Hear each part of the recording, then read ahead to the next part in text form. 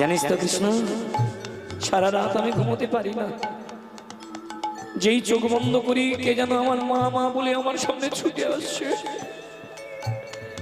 ওই এক সকানা ছেলে সবসময় তো মা মা বলে পাগল করে দিত। মা ডাক শুনে আমি এমন অভ্যস্ত ছিলাম, আমি কোনোদিন ভাবিনি যে এই ডাক আমার কাছে চিরদিনের জন্য বন্ধ হয়ে যাবে।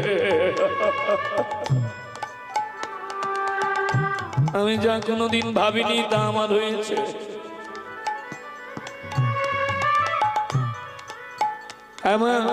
যেটা আমরা ভাবি না সেটা হয়ে যায়। আরো জানি না আপনার আমার জীবনে কি দিন আছে, যেদিন যায় ভালো দিন যায়, যেদিন আসছে কি দিন আমরা কেউ জানি না। এই যে বলছিলাম আমার বাবুর বাড়িতে এসেছি, মা জননী বসে রয়েছেন। একটুখানির জন্য জিজ্ঞাসা করলাম, মা তোমার মন খারাপ কেন? আমি তো জানি না সেই অর্থে। তখন বললেন, বাবা আমার সর্বনাশ হয়েছে, আমার গোপাল আমার ছেড়ে চলে গিয়ে। যাবি যদি তবে এলি কেন? এলি যদি তবে যাবি কেন?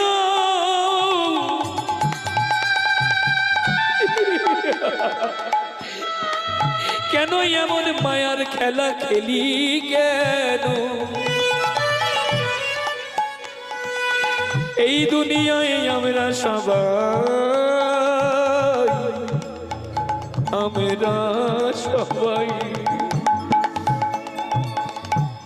বনে আগুন জ্বললে মানুষ দেখতে পায়, লোকে জানতে পারে, ছুটে যায় ঘরে কারোর আগুন জ্বললে। কিন্তু যার মনের ভিতরে আগুন জ্বলে সে ছাড়া আর কেউ জানে না। কিছু ভালো লাগে না, না ঘুমোতে, না খেতে, না শুতে। জমজাত না যেন কি কাঁটা একটা পরাণের ভিতরে বিদ্ধ হয়ে আছে। এপাশ ওপাশ ফিরি তো কোনো পাশে শান্তি নেই। শুধু যেন ক্লান্তি জীবন, ক্লান্তির কোনো শেষ নেই।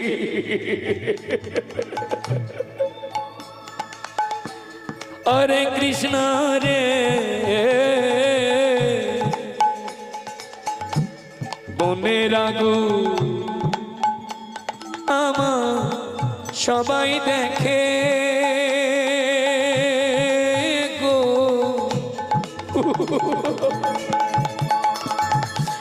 ও মায়ে মনের আগুন কেউ না দেখে গো।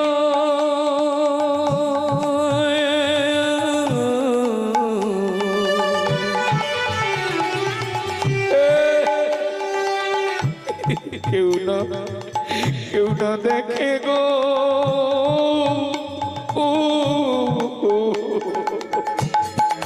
রাধে রাধে। মনের আগুন সবাই দেখে,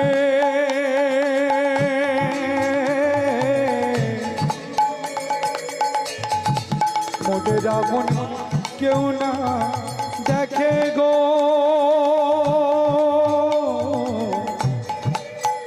কেউ না বোঝে গো।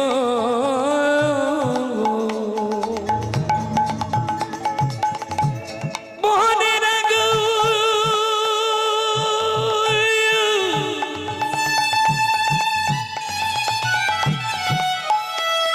ওই আগুন সবাই দেখে।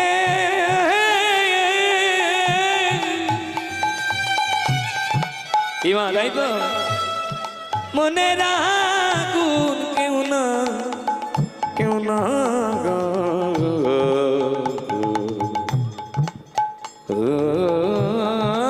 দেখে গো।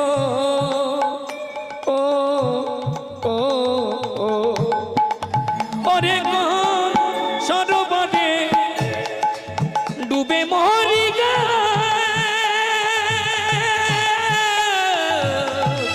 হরি হরি ডুবে মহরি গো।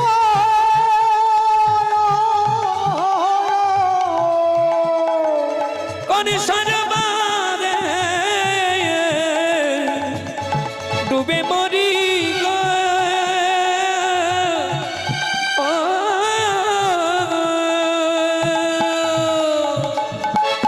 কোন বাদেশে যাব তোর লাগি,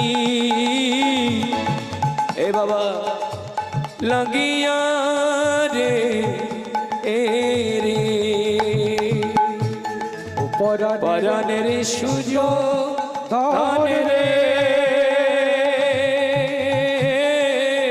ছেড়ে দিচ্ছ কেন? কোনে বাদেশে যাব তোর লাগি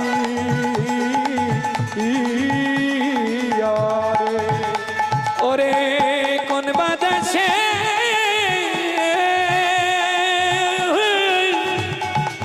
যাব তোর লাগি,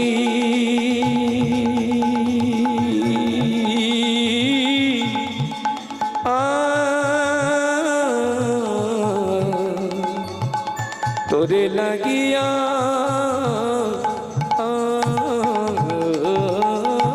রে। পিসিমা, সবাই দুঃখ পেয়ে আমার কাছে এসে ভাবে আমি সুখী আর আমি সকলকে করেছি দুঃখী, কিন্তু না, কর্মফল সকলকে ভোগ করতে হয়। সবাই ভাবে আমি সুখী আছি, কিন্তু আমি সুখী নেই, আমার জীবনটাও দুঃখময়। আজ আপনি আমি আমরা যারা বৃন্দাবনে এসেছি, ভগবানের কথামৃত রস আস্বাদন করি, বিভিন্ন তত্ত্ব তথ্য দৃষ্টান্ত প্রমাণ আমরা শ্রবণ করি, কিন্তু একটু ভালো করে দেখুন মা, আমাদের চেয়ে ভগবান কিন্তু আরো দুঃখী। গোবিন্দ বললেন তোমরা তো তবু জন্ম নিয়েছো নিজেদের আলয়ে, নিজেদের কুঠিরে, কিন্তু আমি জন্ম নিয়েছিলাম আমার শত্রুর আলয়ে বা শত্রুর কুঠিরে। যে সে শত্রু নয়, তোমাদেরও শত্রু আছে, আমারও শত্রু আছে।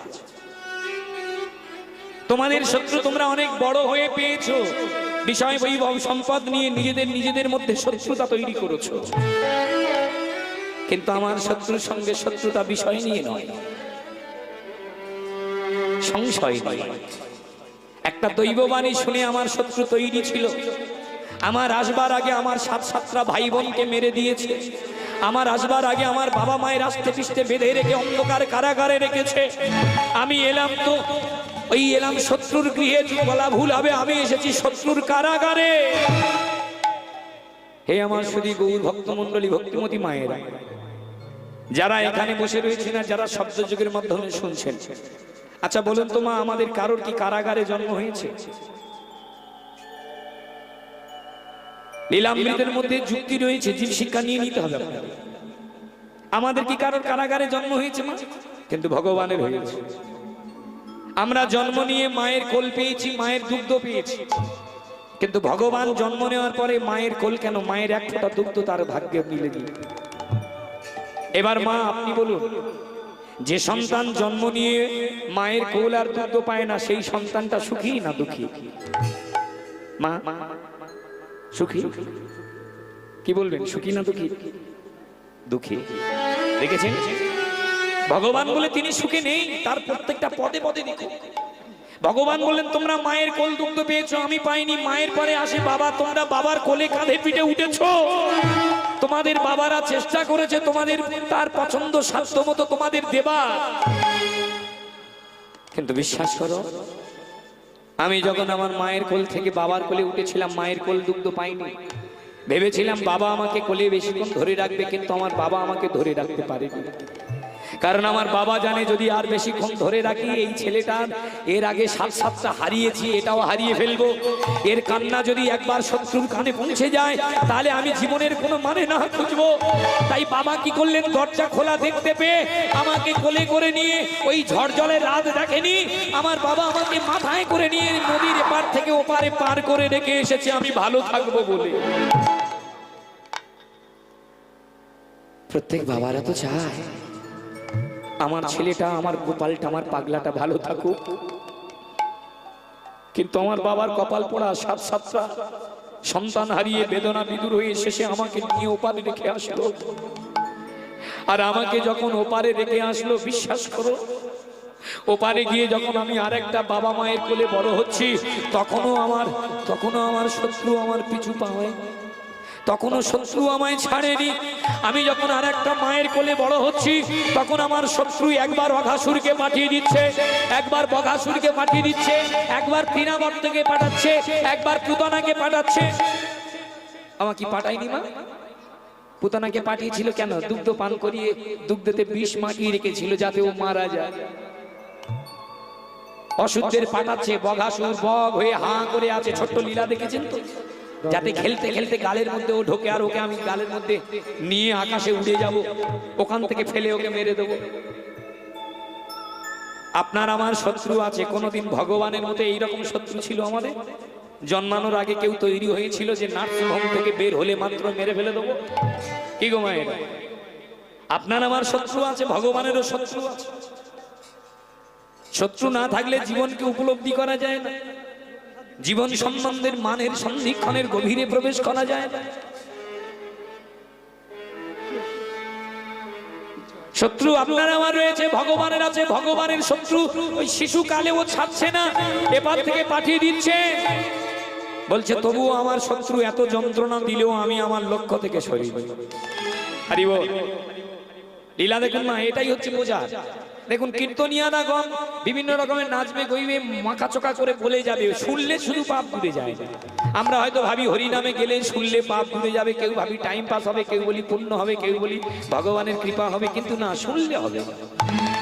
ভক্তির 9টা ধাপ আছে, একসাথে বলা হয় নববিধা ভক্তি।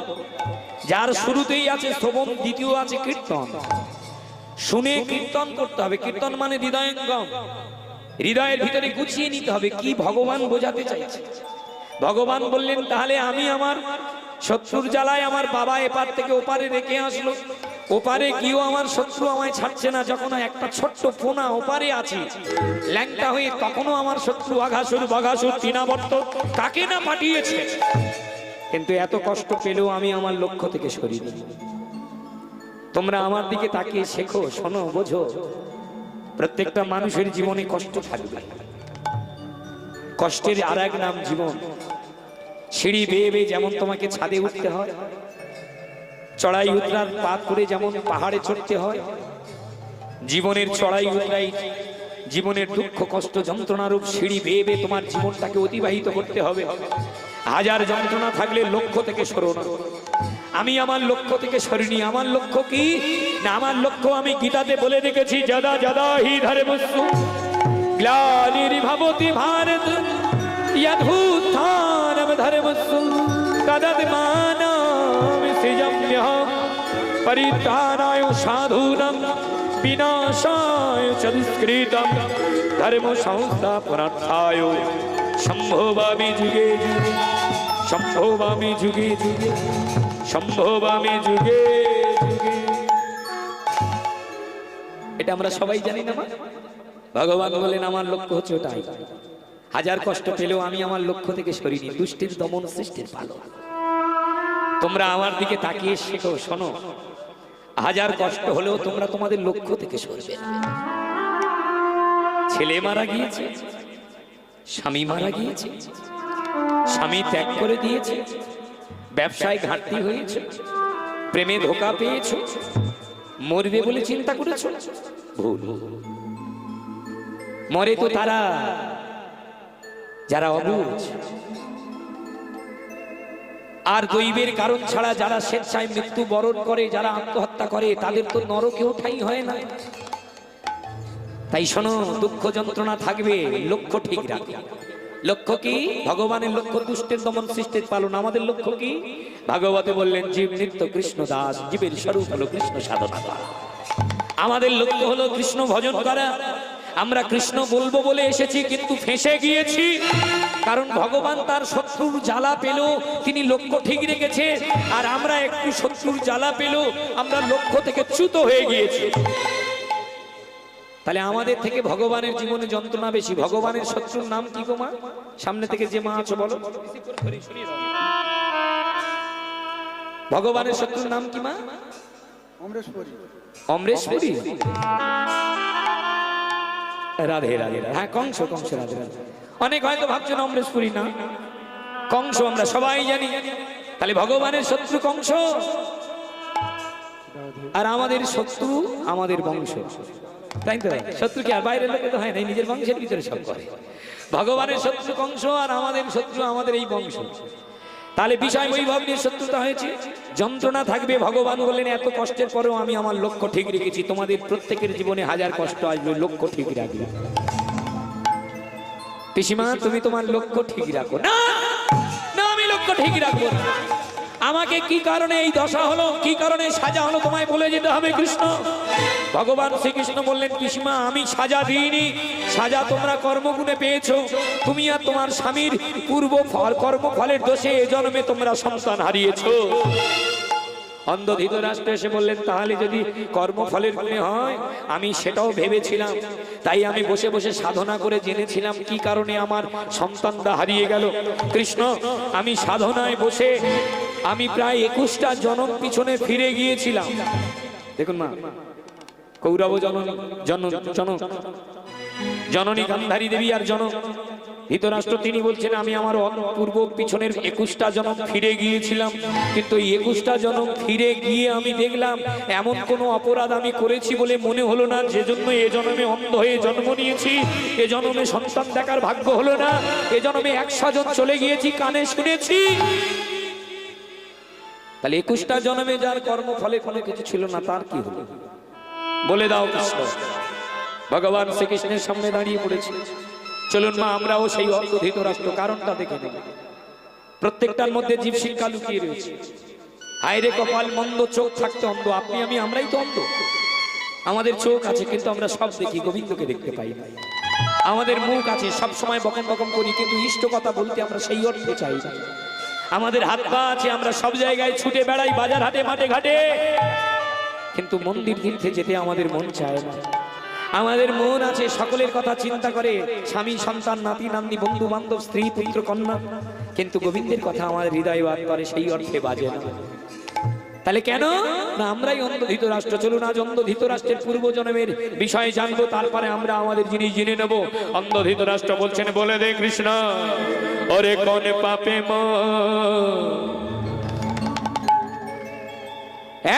এমন হলো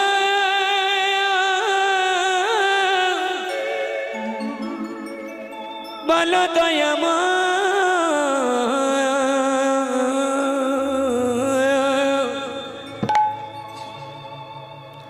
বলো কৃপাময়। আপনি আমি আমার যখন দশা হবে মা, তখন মন্দিরে ভগবানের কাছে না জানিয়ে নিজে নিজে ভাববেন যে আমার কোন পাপে হয়েছে। আমরা তো মানুষ, পূর্বজন্মের কথা স্মরণ করতে পারি না বলে তাই আমরা বুঝি না। কিন্তু বিশ্বাস করুন মা, যদি আমরা জানতাম আমরা পূর্বজন্মে কি করেছি, তাহলে বোধহয় আমরা অনুশোচনায় ভোগ করতাম, আমরা কেউ এইভাবে শান্ত হয়ে বসে থাকতে পারতাম না। তাই আজ অন্ধ ধৃতরাষ্ট্র জানতে চাইছে, তুমি আমায় বলে দাও, বলো দয়াময়, বলো কৃপাময়,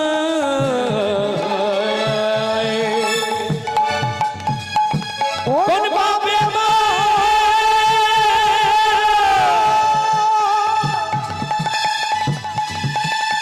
হরি হরি বল।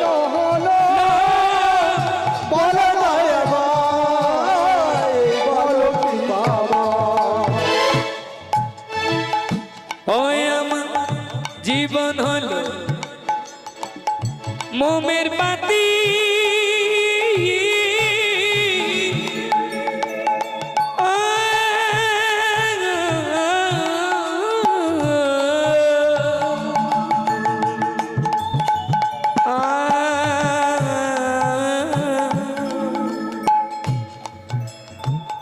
এই জীবন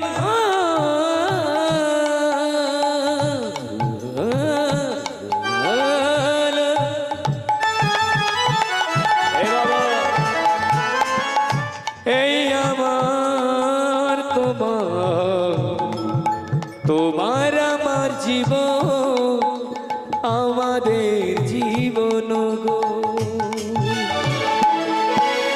আমার জীবন হলো মোমের বাতি, উড়ে খলঙ্ক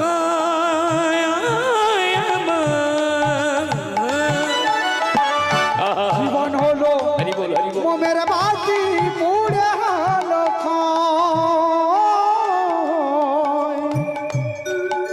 আচ্ছা, একটা বাতি যদি পুড়ে যায় মা, আমার বাতির মধ্যে জলে কে আর গলে কে বলুন তোমার? সবাই কিন্তু জানে। বাতিকে জ্বালিয়ে দেওয়া হলো, বাতি জ্বলছে, ধীরে ধীরে ধীরে ধীরে ছোট হয়ে আসছে। ওই বাতির মধ্যে জলে কে আর গলে কে মা? সলতেটা মানে সুতোটা জলে, আর গলে কি? মোম, ওর মধ্যে তত্ত্ব লুকিয়ে আছে। এই পৃথিবীতে আপনি আমি এরকম জ্বলছি আর গলছি। সুতো যখন জ্বলছে, সুতো মোমকে জিজ্ঞাসা করছে, আরে জ্বলছি তো আমি, জ্বলছি তো আমি, তুমি গলছো কেন মশাই? মোম তখন বলছে, গলবো না, যাকে ভালোবেসে হৃদয়ের মধ্যে আঁকড়ে রেখেছি সে যদি চলে তো আমি গলেই যাব। এই পৃথিবীতে আপনি আমি আমরা প্রত্যেককে ভালোবেসে মুখের মাঝে জড়িয়ে রেখেছি। একজন যদি মরে আর একজন চলে, একজন যদি কাঁদে আর একজন মুখেই কাতর হয়ে থাকে। জীবন হলো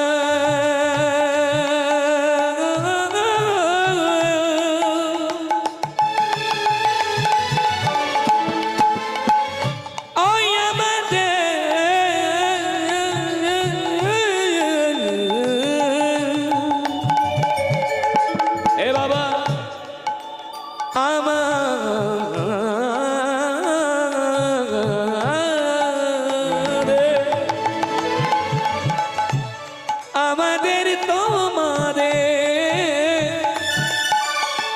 এই জগতে সকলে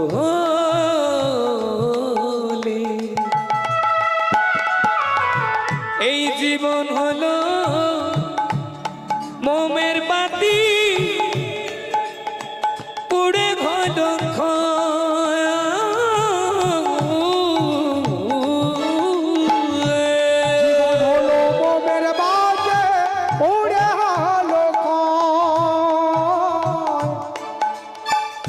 জীবন হলো মোমের বাতি উড়ে গেল।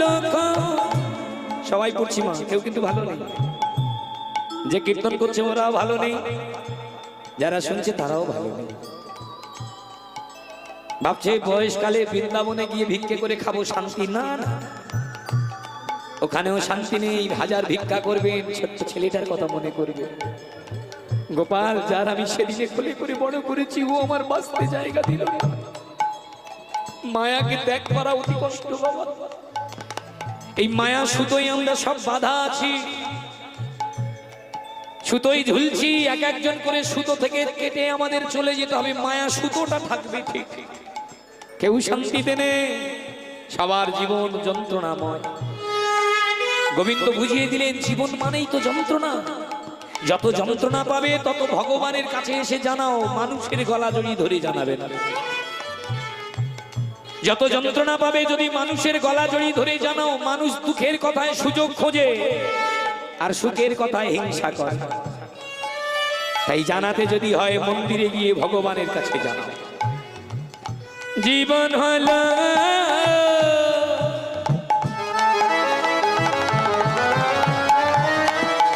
মোমের বাতি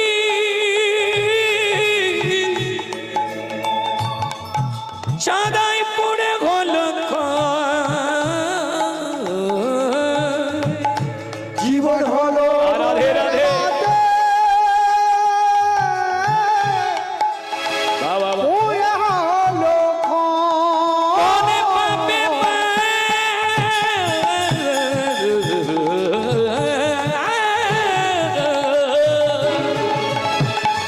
ও এমন হলো, বলো দয়াময়, বলো কৃপাময়। নিতাই গৌর কৃষ্ণ প্রেমানন্দে হরি হরি বল, হরি হরি বল।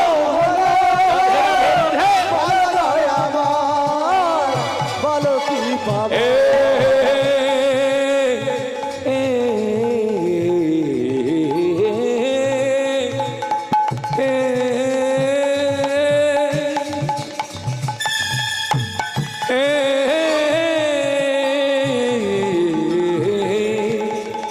हे कृष्ण करुणार सिंधु दीनो बंधु जगत पाते। हस्ते बाबा गोपेश गोपिका कांतो राधा कांतो नमोस्तुते नमोस्तुते नमोस्तुते। শুনবে তবে তবে শোনো, শুনতে যখন চাও শোনো, শুনলে কিন্তু তখন আফসোস করা চলবে না। আপনি আমি আমরা যারা বসে আছি, আমরা যদি কোনো কিছু আমাদের অতীত বা বর্তমান যদি জানতে পারতাম, শুনতে পারতাম, তাহলে আফসোস হতো। ধরুন আমরা এখানে বসে আছি, একজন ভক্ত জনৈক এক ভক্ত শ্রী রামকৃষ্ণ পরমহংসকে দেবকে বলেছিল, আচ্ছা ঠাকুর, আমরা কবে মরবো, কিভাবে মরবো, এইটা যদি জানতাম ভালো হতো না। বলে, ওরে শালা, জানলে তো তখন তো আর তোর ঘুম হবে, তাই না? ধরুন আপনি আমি আমাদের কারোর কাল বাদে পরশুদিন মৃত্যুর দিন আসছে, এখনো আমরা জানি না বলে জানি, আমাদের কোনো টেনশন নেই, ও যখন আসবে। কিন্তু যদি কেউ জানতাম যে কাল বাদে পরশুদিন সকাল 7টার সময় আমি মরবো, আমার যদি কেউ শিওর জেনে যায়, সে আর ঘুমোবে, খাবে, আর তার সব দূর হয়ে গেল। বলে, ওরে শালা, জানলে তো তুই আর থাকতে পারবি না। ঠিক সেই রকম ভগবান বললেন, ও পিসা, তুমি জানতে চাও কি কারণে অন্ধ হয়েছো, ছেলেদের দেখার ভাগ্য হলো না, কেন কানে শুনলে ছেলেরা চলে গেল, এই কথা একটু জানতে চাও? তবে তুমি তোমার পিছনের 21টা জন্মের কথা জেনেছো, আর তো জানতে পারোনি। ওই 21টা জন্মের পিছনে 22তম জন্মে তোমার এক ঘটনা ছিল, শোনো। পিসা, ভেবো না মাত্র 21 জন্ম পরে আমরা মানুষ জন্ম পেয়েছি। আমরা লক্ষ লক্ষ জন্ম ভ্রমণ করে তবে এই মনুষ্যকুল এসেছি। মা পৃথিবীতে বারবার আসে, অনেকে বলে না একটা জন্ম আনন্দ করে নাও। কত রকমের গান আছে না মা, খাও দাও নাচো বাঁচো শুধু বাঁচো, এই বলে আমরা শুধু খাচ্ছি আর নাচছি, খাচ্ছি আর নাচছি, ভেবেছি এই একটা জন্ম, আর হয় কি না হয় ঠিক নেই। কিন্তু গীতা বলছেন একটা জন্ম নয়, বারংবার আসতে হবে তোমার। তুমি এসেছো ইতিপূর্বে আরো অনেকবার জন্ম নিয়েছো, এই জন্ম নিয়েছো, আবার যেমন কর্ম করবে এরপরে আবারও তোমায় আসতে হবে বারবার। তবে মানুষ হবে কিনা সেটা বলতে পারবো না। কর্ম অনুযায়ী ফল সকলকে পেতে হবে, কি মা? এর আগে আমরা ভালো কর্ম করেছিলাম, মানুষ জন্ম পেয়েছি, দুর্লভ জন্ম। দোকানে বাজারে কিছু কিনতে যাবে, সেখানে লেখা থাকে সুলভে পাওয়া যায়, মানে টাকা থাকলে পাবে। কিন্তু মনুষ্য জন্মের আগে লেখা হলো দুর্লভ জন্ম, টাকা থাকলেও হবে। এটা সাধনা করে পেতে হয়, পেতে হয়েছে, পেয়েছি আমরা। এরপরে যদি সাধনা না করতে পারো, আবারও তুমি মৃত্যুর পরে আবারও আসবে। কারণ বিজ্ঞান এবং আধ্যাত্ম দুজনেই যুক্তি দিলেন যে দেহের মৃত্যু হয়, আত্মার কোনোদিন মৃত্যু হয়। তাহলে ওই আত্মার বিবেচনা করা হবে, আবার সে আসবে। অনেকে যদি বলেন বিচার কি করে সম্ভব ভাই, মৃত্যুর পরে আত্মার বিচার হয়? বিজ্ঞান বললেন, যেমন একটা মোবাইল বা ল্যাপটপ বা কম্পিউটার যদি ভেঙে ফেটে হারিয়ে যায় বা নষ্ট হয়ে যায় বা খারাপ হয়ে যায়, যদি ওই মোবাইল টিভি কম্পিউটার থেকে যদি তাদের চিপটা নিয়ে নেওয়া যায়, আপনার মোবাইল নষ্ট হয়ে গিয়েছে, মোবাইলে যে সিমটা, ওইটা যদি রাখা যায়, ওইটা কম্পিউটারে ফেলে বলে দেওয়া যাবে কবে কার সঙ্গে কি গল্প করেছে, কতক্ষণ কি ধরনের কথা বলেছে। মোবাইলে দরকার হয় না, সিমটা দরকার। এরোপ্লেন উড়োজাহাজ যখন অ্যাক্সিডেন্ট হয়ে যায়, বিজ্ঞানীরা ওই উড়োজাহাজে একটা ব্ল্যাক বক্স আছে, ব্ল্যাক বক্সটা উদ্ধার করে। ওই ব্ল্যাক বক্সটা উদ্ধার করে গবেষণা করে জানতে পারে কি কারণে প্লেনটা ক্র্যাশ হয়ে গেল, ফেটে গেল, ভেঙে গেল। মানুষের দেহের মাঝে একটা চিপ আছে, অর্থাৎ সত্তা রয়েছে, শক্তি রয়েছে। ওই শক্তি যার ধরে রাখা যায় না, যে অবিনশ্বর, যার মৃত্যু হয় না, সেই আত্মার বিবেচনা করা যায় কি কর্ম করেছো তুমি। এটা টেস্টিং করবে কম্পিউটারে ভেবে। সব কিন্তু আধুনিক যত টেকনোলজি, সব কিন্তু পুরাকালের ওই পুরাতত্ত্ব বিশ্লেষণ করে গবেষণা করে তৈরি হয়েছে। তাহলে সেদিন আমাদের এই আত্মাটাকে পরীক্ষা করে দেখা যাবে, যে যেমন কর্ম করেছে তেমন বিচার হবে, তেমন ফল হবে। পিসা, 21টা জন্মের পিছনে 22তম জন্মে তুমি ছিলে একটা ব্যাধ। বাবা ব্যাধ, গোমা ব্যাধ। যে ব্যাধ কি? দিনরাত পশু পাখি মারা যার কাজ। দেখবেন যারা ব্যাধ হয় তাদের মধ্যে মায়া দয়া নেই। একটা পাখির বুকে যদি তীরবিদ্ধ করে, পাখি ছটফট করবে, কিন্তু ব্যাধ তখন কি করে?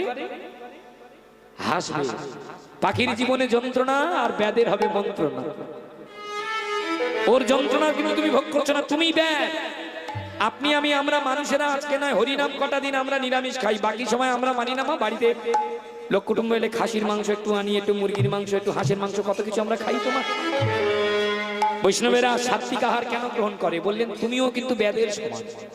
কেন না? তোমার বাড়িতে বেইবিন এসেছে বলে তুমি ক্যানিং বাজার থেকে ভালো করে একেবারে খাসির মাংস নিয়ে এসেছো 800-1000 টাকা কেজি দিয়ে, এটা দিয়ে বেটে, ওটা দিয়ে ঘেটে, ওটা দিয়ে চেটে তুমি ভালো করে খাচ্ছ। কিন্তু তুমি একবার কি এইভাবে ভেবে দেখেছো যে আমার এই মাংসের ভিতরে একজনের যন্ত্রণা লুকিয়ে আছে? এটার নাম চৈতন্য। যার জাগে সে যন্ত্রণা কাউকে দিতে চায় না। বিজ্ঞান এবং আধ্যাত্ম দুজনে যুক্তি দিচ্ছেন, কাউকে আঘাত করলে সমপরিমাণ প্রত্যাঘাত তোমাকে ফিরিয়ে দেওয়া। একটা দেওয়ালের গায়ে তুমি আস্তে করে মারো, তোমার হাতে আসতে লাগে। ওই দেওয়ালের গায়ে জোরে মারো, তোমার হাতে জোরে লাগবে। দেওয়ালের তো শক্তি নেই, তুমি যেমন আঘাত করেছো তেমন প্রত্যাঘাত পেয়েছো। এই পৃথিবীতে যেমন কর্ম করবে তেমন ফল পাবে। ভালো কর্মে ভালো ফল, খারাপ কর্মে খারাপ ফল। জন্ম হোক যথাযথ কর্ম করো, ভালো কর্ম ভালো করতে হবে। তাহলে কি হলো? ব্যাধ আমরা গো মা, আমরা আর অন্য কেউ ব্যাধ নয়। মুরগি মেরে দিলাম, হাঁস মেরে দিলাম, কত কিছু মারছি তো আমরা। মাছ মাংস মানুষ খায় না, কি এমন আছে গো মা? ব্যাঙ সাপ থেকে শুরু করে বিচে মাকড়সা থেকে শুরু করে কি খায় না মানুষ? তা কোনোদিন কাউকে হত্যা করে কাউকে কষ্ট দিয়ে যদি বলো তুমি ধর্ম করছো, তুমি যদি বলো যে সত্যি আনন্দ পাচ্ছ, সেটা কিন্তু আনন্দ নয়। আমরা তো বর্তমানে ধর্ম ধর্ম করে মাথা নাড়ছি। ধর্মের মানে আমরা কেউ বুঝতে পারি, ধর্ম থেকে সরে গিয়েছি বাবা অনেক। ধর্ম আসল কথা সেটা হচ্ছে সত্যতার কয়। তুমি যতটা সত্য সাত্বিক সততার পথ নিয়ে চলবে, ততই তুমি ধার্মিক মান হবে, ধর্মপ্রাণ হবে, ভগবান তোমার কাছে নিজেই চলে আসবে। আমি কণ্ঠে তুলসীর মালা নিলাম, তিলক সেবা করলাম, আর মিথ্যা কথা অনর্গল বললাম, নেওয়া হবে কি মা? বললো না নেওয়া, না নেওয়া। সারাদিন একাদশীর উপবাস করেছে, কোনটা দিয়ে কি খাবে, বাড়িতে ঝগড়া ঝাঁটি করে এটা কিনে নয় ওটা কিনে দাও, ওটা নয় এইটা, ওইটা নয় সেইটা, অতক্ষণ নয় অতক্ষণ, ততক্ষণ বিভিন্ন রকমের আয়োজন হচ্ছে, কিন্তু মনের ভিতরে তোমার ভজন হবে কিছু হবে। কিন্তু সারাদিন একাদশী তুমি করোনি, কারণ কলিকালে তো ব্রত নেই। একাদশীর দিনও তুমি ভাত খেয়েই ফেলেছো, অপরাধ নেই, সারাক্ষণ নাম চালাও অন্তরে। প্রত্যেকটা দিন তোমার কাছে একাদশী হবে, আলাদা করে একাদশী হবে। এটা আমার কথা নয়, মহাজনী কথা না। তাহলে এই জয় নয় যে করতে হবে না এমন বলছি না, একটা করে দিন তো বেছে নিতে হবে, সেই দিনটাকে কেন্দ্র করে তৈরি হতে হবে।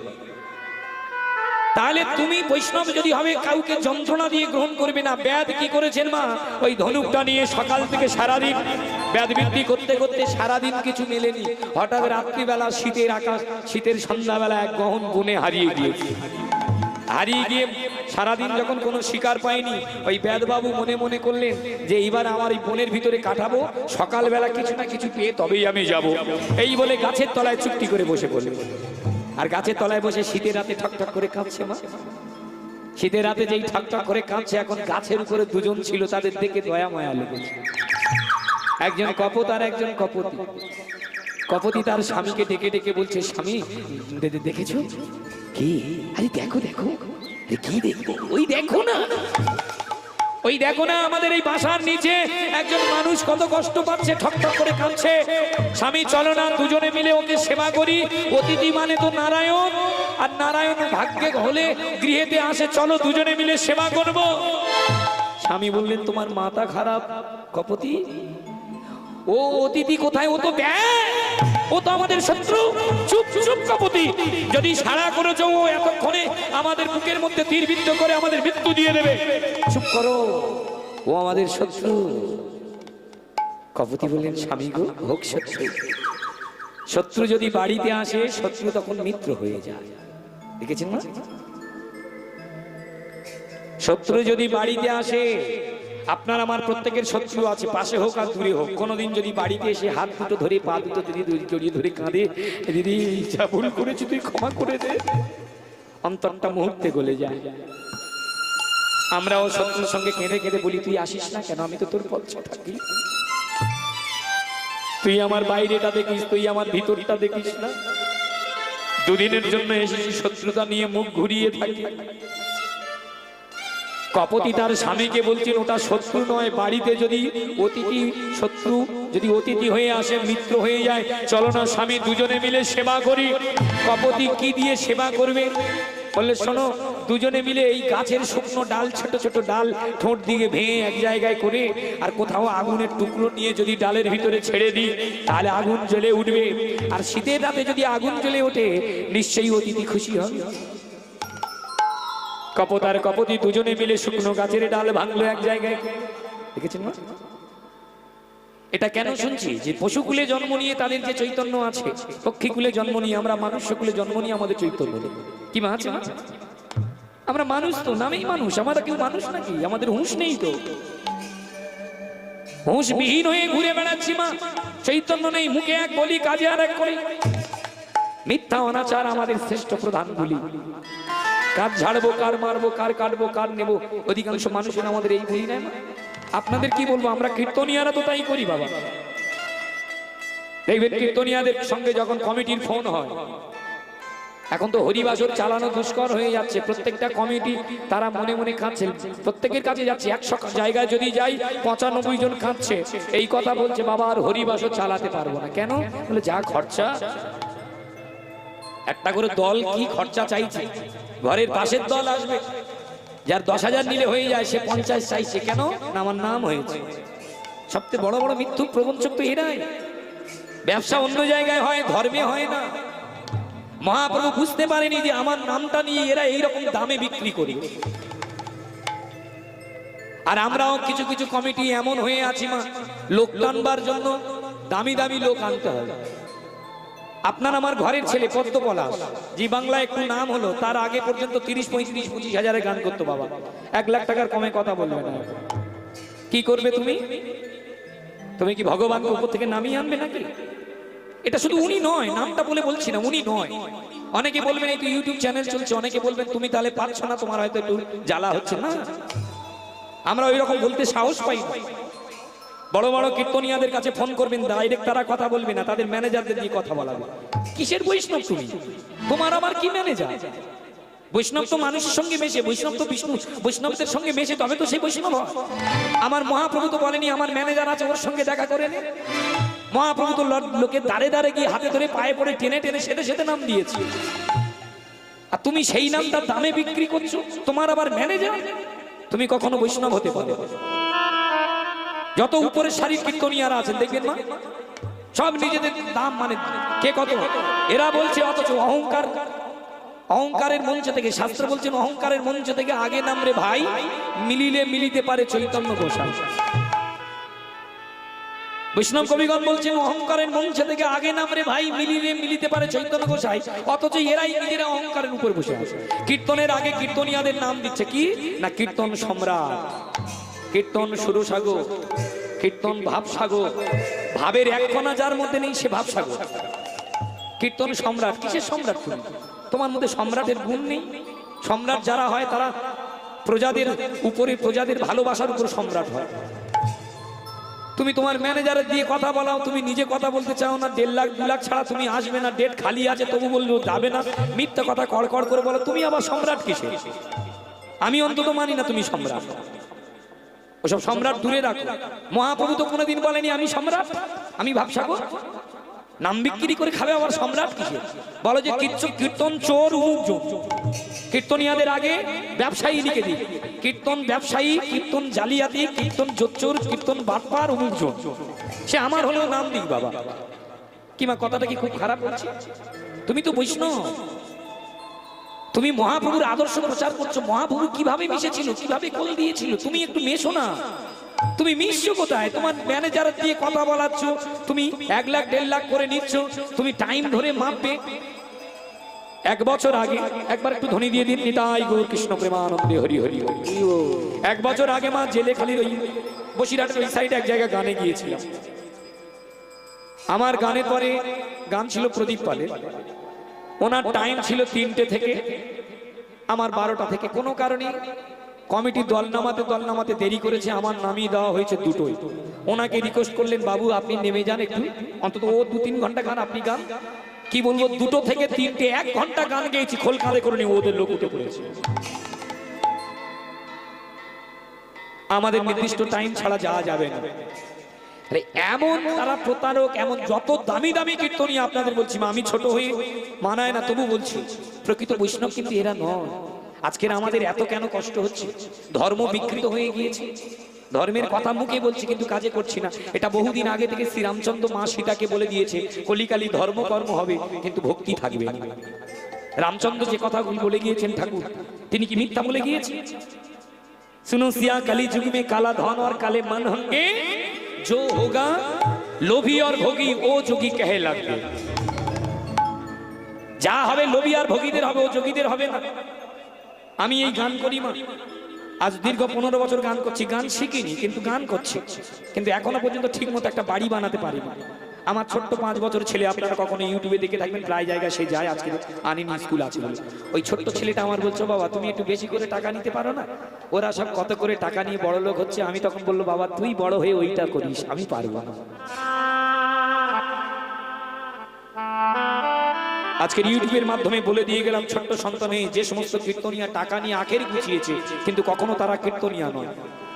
কীর্তনিয়া হতে গেলে আগে আচরণ ঠিক করো। দুটো বড় তাল জানলাম, দুটো পদ বলে গেলাম, ওটা কীর্তনিয়া বলা নয়। কীর্তনীয় তার বিষয়ে সদাই ওই যে নিয়তা থাকবে, নিয়মটা সে মানবে, যে নিয়ম নীতি মানে সেই কীর্তনীয়। আর যে টাকা নেবে দুটো পদ পদা বলি আর দুটো তাল বলে, তালে কিছু হয় না, সব বেতাল হয়ে গিয়েছে মানুষ। তুমি নিজেই ঠিক হও। মা এই কথা বলতে চাইনি, ইউটিউব চলছে বলে একটু বললাম, কারণ দেখবেন এই কথাটা আবার একটু শুনবে সবাই। আপনি যদি ভালো গান করেন ভক্তি দিয়ে, কেউ শুনবে না। যখন আপনি গালাগালি করবেন, কে দেখতো রে শুনতো রে। দীনকৃষ্ণ ঠাকুর ভাইরাল হলো কি করে? রাধারানীকে মাল বলে সম্বোধন করেছে আর বলেছে তুলসীর মালা পরতে হবে না। প্রথমে এই কথা দিয়ে ভাইরাল হয়েছে। কে রে শুনতো রে, রাধাকে মাল বলে, এরকম কে রে করতে করতে ও জেরে হয়ে গেবে। ঠিক সেই রকম হয়েছে। হরি বল, হরে কৃষ্ণ। আজকের আপনারা আমরা বৃন্দাবনে এসেছি, এই উঁচু জায়গা দিয়েছেন, বৈষ্ণবের জায়গা। তিনি বিষ্ণুর কথা বলবেন, ভগবানের আদর্শের কথা বলবেন, যেটা শুনে আমরা জীব শিক্ষা পাবো। যিনি আদর্শবানের কথা বলতে এসেছেন, তিনি নিজে আদর্শবান নয়, এটাই হচ্ছে দুঃখী। তাই তত্ত্বদর্শী বললেন, ঘর ঘর হরিনাম আর কৃষ্ণ নামের ফল কেন দেখো ফলে না, দেশলাইয়ের দোষে আর একটাও কাঠি দেখো জলে না। এখন ঘর ঘর হরিনাম হচ্ছে, কিন্তু হরিনামের ফল আর ফলবে না। কেন না? হরিনামের ফলটা কি? যেখানে হরিনাম হয় 1 বছর সেই জায়গায় শান্তি থাকে। এই জায়গায় হরিনাম হচ্ছে, বক্সে আপনারা শুনছেন, বাইরে রাস্তা পর্যন্ত মাইক লাগানো আছে। কেন না? যতদূর আওয়াজ যাবে ততদূর মঙ্গল হবে। ভগবান না করুক, যেই হরিনাম শেষ হচ্ছে তার পরের দিন থেকে ওই গ্রামে আরো বেশি করে অমঙ্গল হচ্ছে, ওই বাড়িতে বেশি করে অশান্তি হচ্ছে না? আমরা হরিনাম চলছে কত জায়গায়, বাবা গান শেষ হচ্ছে না, লাটালাটি ফাটাফাটি বেঁধে যাচ্ছে। এই দুদিন আগে রাসলীলা পরিবেশন করতে গিয়েছি, দাঙ্গা বেঁধে গিয়েছে কমিটি, 2 ঘন্টা গান হয়েছে, বন্ধ করে দিয়েছে কমিটি, ফাটাফাটি বেঁধে গিয়েছে। এ বললো আমার গান গাইতো, বললো, ও বললো আমার গান গাইতো, এ বললো হিন্দি গান, ও বললো না ওই। তাহলে এই করে ফাটাফাটি। তা তুমি শান্তির জন্য হরিনাম দিয়েছো, হরিনাম শেষ না হতে হতে ফাটাফাটি বেঁধে যাচ্ছে।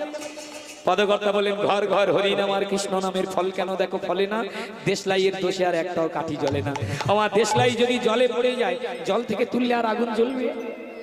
কেন জ্বলবে না বলুন তো? ভিজে গিয়েছে। কি কি ভিজেছে? দেশলাইয়ের গায়ের বারুদ ভিজেছে আর কাঠির মাথায় বারুদ ভিজেছে। দুটো বারুদ ভিজেছে, ঘষছি আর আগুন জ্বলছে না। তা ঠিক সেই কল হয়েছে, হরিনাম যারা প্রচার করছে ওরা ভিজেছে, আর যারা শুনতে এসেছেন দিচ্ছেন ওনারাও ভিজেছে। ভিজে যাওয়া মানে কি? ভেজাল। আমরা ভেজাল আগেই স্বীকার করেছি। মিথ্যে কথা বেশি আমরা বলি, কপটতা বেশি আমরা করি, চরিত্র খারাপ বেশি আমাদের, কোনো সন্দেহ নেই। এবারে আমরা স্বীকার করলাম আমরা মিথ্যে কথা বলি। এতগুলো ভক্তমন্ডলী, ভক্তিমতী মায়েরা যারা হরিনাম শুনছেন, দেখি হাত তুলুন। কি মোটে মিথ্যে কথা বলেন না এরকম কে আছেন? দেখি হাত তুলবেন। কে মিথ্যে কথা বলে না সেই হাত তুলবে। দিদিমা বুঝতে পারেনি, এমনি হাত তুলে ফেলেছে। বলে না বাবা, ওই যদি হয়, আমি তো কালকে তো আমার নাতবউর সঙ্গে কত ঝগড়া করলাম। হরি বল, হরে কৃষ্ণ। আপনারা দেখবেন তখন কেউ হাত তুলতে পারবো না। বাংলায় প্রবাদ আছে, সৎ লোকের শত্রু বেশি, অসৎ লোকের বন্ধু বেশি। যে যত অসৎ প্রবৃত্তি করবে তার তালার উপরে তালা হবে। কি মা, কথাটা কি খুব খারাপ? আমি কারোর আঘাত দিচ্ছি না, মহাজনী কথা। যে যত অসৎ প্রবৃত্তি, আপনি তালা বানিয়েছেন কিভাবে? ব্যবসা করে, চাকরি করে। চাকরি সোজা গোনা টাকায় হবে না, ব্যবসা করে। আর যেহেতু যদিও চাকরি করেন, যদিও ব্যবসা করেন, মিথ্যা না বললে ব্যবসা হয় কোনোদিন? কোন ব্যবসায়ী বলুক মিথ্যা না বলে ব্যবসা হবে?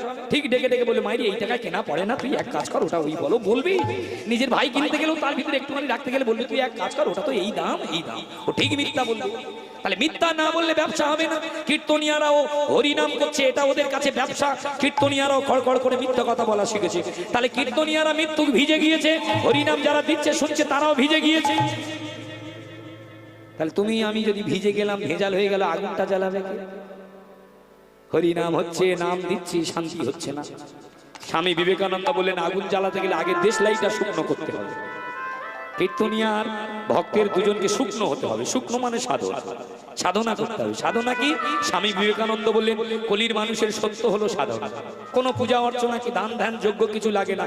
সত্য কথা বলো, সৎ পথে চলো, সাত্বিক ভাব নিয়ে চলো, ভগবান তোমার কাছে ছুটে আসবে, তোমাকে ছুটে ভগবানের কাছে যেতে লাগবে না। দেখেছেন? সত্য কথা বলো, সৎ পথে চলো, সাত্বিক ভাব নিয়ে চলো। ভগবানের কাছে তোমায় যেতে লাগবে না, ভগবান তোমার ঘরে আসবে। এসেছিল কার? মীরাবাই। এসেছিল কার? ভক্ত সবরী। এসেছিল কার? ভক্ত ধ্রুব, প্রহ্লাদ। যত যত ভক্ত সত্য পথে, সাত্বিক পথে, সততার পথে ছিল। সততার পথে কষ্ট বেশি, কিন্তু কষ্ট পরে কেষ্ট পাওয়া যায়। চলে কি হলো, চলুন বিষয়ের মধ্যে নিয়ে যাই। আজকে তিনি যখন বসে রয়েছেন, পাখিরা তারা ওই সবাই মিলে ঠোঁটে করে দুই স্বামী স্ত্রী কাঠ এক জায়গায় রাখছেন, মুখে ভজন করছেন। ভজরে মন ভজ রাম গোবিন্দ হরে রাধে। ভজরে মন নিতাই গৌর হরি হরি হরি হরি হরি। ভজরে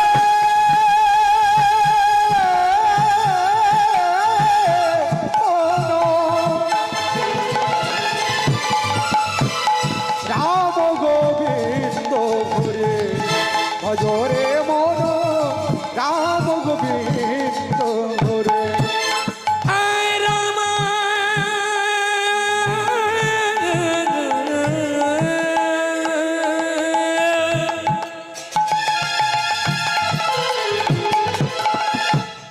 मन मान रे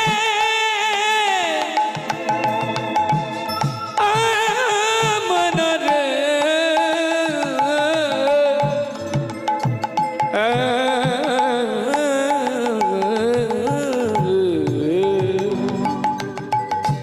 मनोबा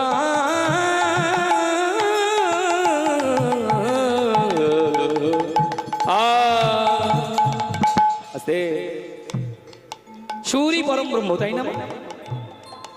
দেখবেন পৃথিবীতে এত ধর্ম আছে, এত কর্ম আছে, সবাই কিন্তু ঈশ্বর, আল্লাহ, খোদা, গড আলাদা আলাদা মন্দির, আলাদা আলাদা মসজিদ, আলাদা আলাদা পন্থার মাধ্যমে আমরা ডাকি, কিন্তু প্রত্যেকই উপরওয়ালা তিনি বলছেন আমার কাছে সকলের সুরের মধ্য দিয়ে আসতে হবে। যারা হিন্দু তারা যখন মন্দিরে ভজন করে, ভজনের মধ্যে সুর লুকিয়ে আছে। যারা মুসলমান তারা যখন আজান দেয়, আজানের মধ্যে সুর লুকিয়ে আছে। গুরুদুয়ারে যখন প্রার্থনা করে শিখরা, তার মধ্যে সুর লুকিয়ে আছে। খ্রিস্টানরা যখন গির্জাতে প্রার্থনা করে, তার মধ্যে সুর লুকিয়ে আছে। ভগবান একটাই বোঝাতে চাইলেন, আমি সুর লোক ছাড়া অসুরদের পছন্দ করি না। যারা গান গায় এটা সুর কথা শুধু বললেন না, যারা সৎ পথে চলে, সত্য কথা বলে, পিতা মাতার সেবা যত্ন ভক্তি করে, আর যারা স্বামী সন্তান স্ত্রী পুত্র পরিজনের যথাযথ স্থানে মর্যাদা মূল্য দিয়ে রাখে, যারা কপটতা চতুরতা চাতুরি চুরি ছলনা জচ্চুরি পাটপারি কিছুই না করে, যারা মিথ্যা না বলে, যারা সত্য থেকে না টলে, যারা লোভী না হয়ে লোভের বসে ভুল করে, তারাই হয় বাবা, তারাই হলো সত্যের মানুষ, তারাই হলো সুরের মানুষ। তাহলে কি হলো মা? সুর ছাড়া ভগবান অসুরদের পছন্দ করে। আসতে ভাই, অসুর মানে কারা? বড় বড় দাঁতচোখ আছে তারা অসুর নয়। এখানে অসুর করা যারা এইগুলো মানে না, তাহলে এখানে অসুর কারা? দেখবেন কীর্তনিয়ারা কিন্তু অসুর। আমরা বলছিলাম না, যারা একজন কীর্তনিয়া আছে বলছে কৃষ্ণ অসুর, কিন্তু আমরা কীর্তনিয়া এর তো অসুর, কারণ আমরা সুরে চলছি না। আমাদের লোক বেশি, আমরা মিথ্যা কথা বলি, আমরা অনেক রকম ঠাট বাঠাট দিয়ে চলি। আমাদের নামের আগে আমরা পদবী বসাতে ভালোবাসি, সম্রাট, সুরসাগর, অমুক তুমুক। তাহলে আমরাই তো ছলনাময়, আমরাই তো অসুর, যে সুরে চলে না। তাই ভগবান বললেন যারা সুরে চলবে তাদের কাছে আমি যাব, যারা অসুর তাদের কাছে। সংসার হে বাবা সম্পদ ये सब सुख के कारण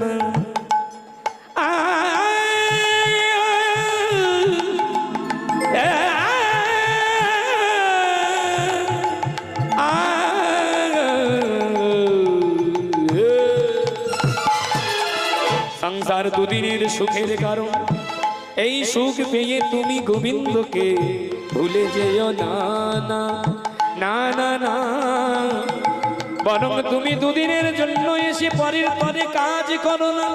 তুমি লোভী হইও না, তুমি মানুষ হুঁশ হারিও না, তুমি ভক্ত হয়ে ভক্তের সাথে মিশো, তুমি মিথ্যা বলো না, তুমি কপটতা করো না, চতুরতা না, সংসার সম্পদ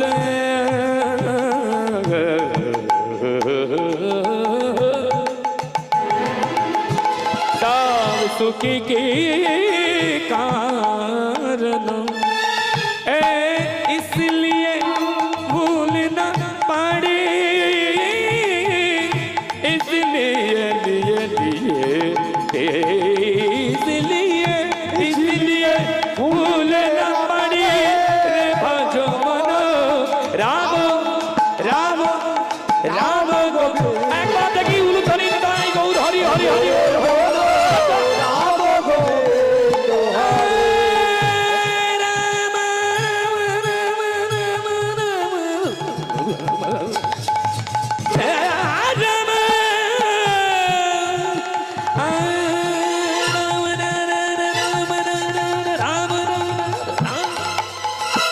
অনেকবার রাম ও রাম বললে কি হয় গো মামা?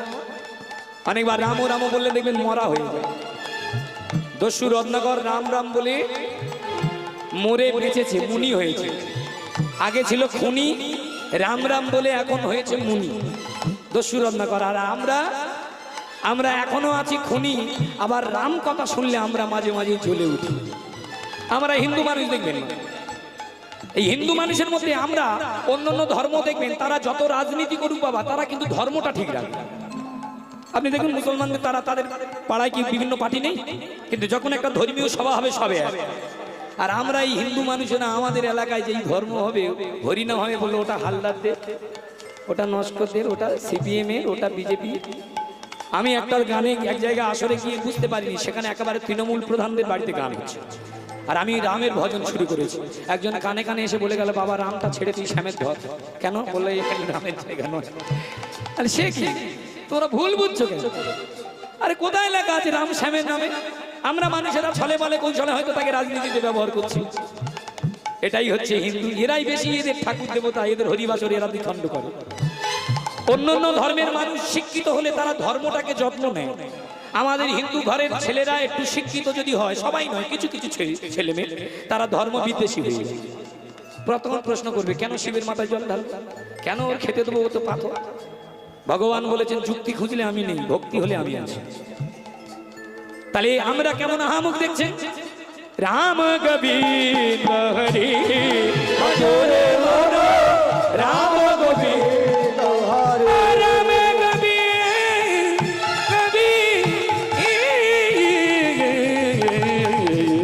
রাম গোবিন্দ হরি ভজরে মন, রাম গোবিন্দ হরি ভজরে মন, রাম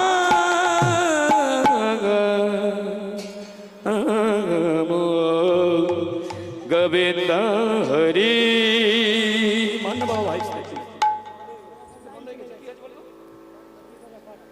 হরি বল, হরে কৃষ্ণ, জয় শ্রী রাধে। তাহলে মায়েরা সময় চলিয়া যায় নদীর স্রোতে, প্রায় কবিগুরুর ভাষায় দ্রুত গতিতে সময় চলে যাচ্ছে। ঘড়িতে কত বাজে বাবা? এই দেখেছেন কীর্তনিয়াদের স্বভাব এরকম, যতই গান করুন না ঘড়ির দিকে লক্ষ্য আছে। আপনারা মাঝে মাঝে ভাবছেন ওরা কাঁদছে, ওদের আগে ভক্ত কেউ হয় না। কীর্তনিয়ারা কাঁদে, তোমার কাঁদে না?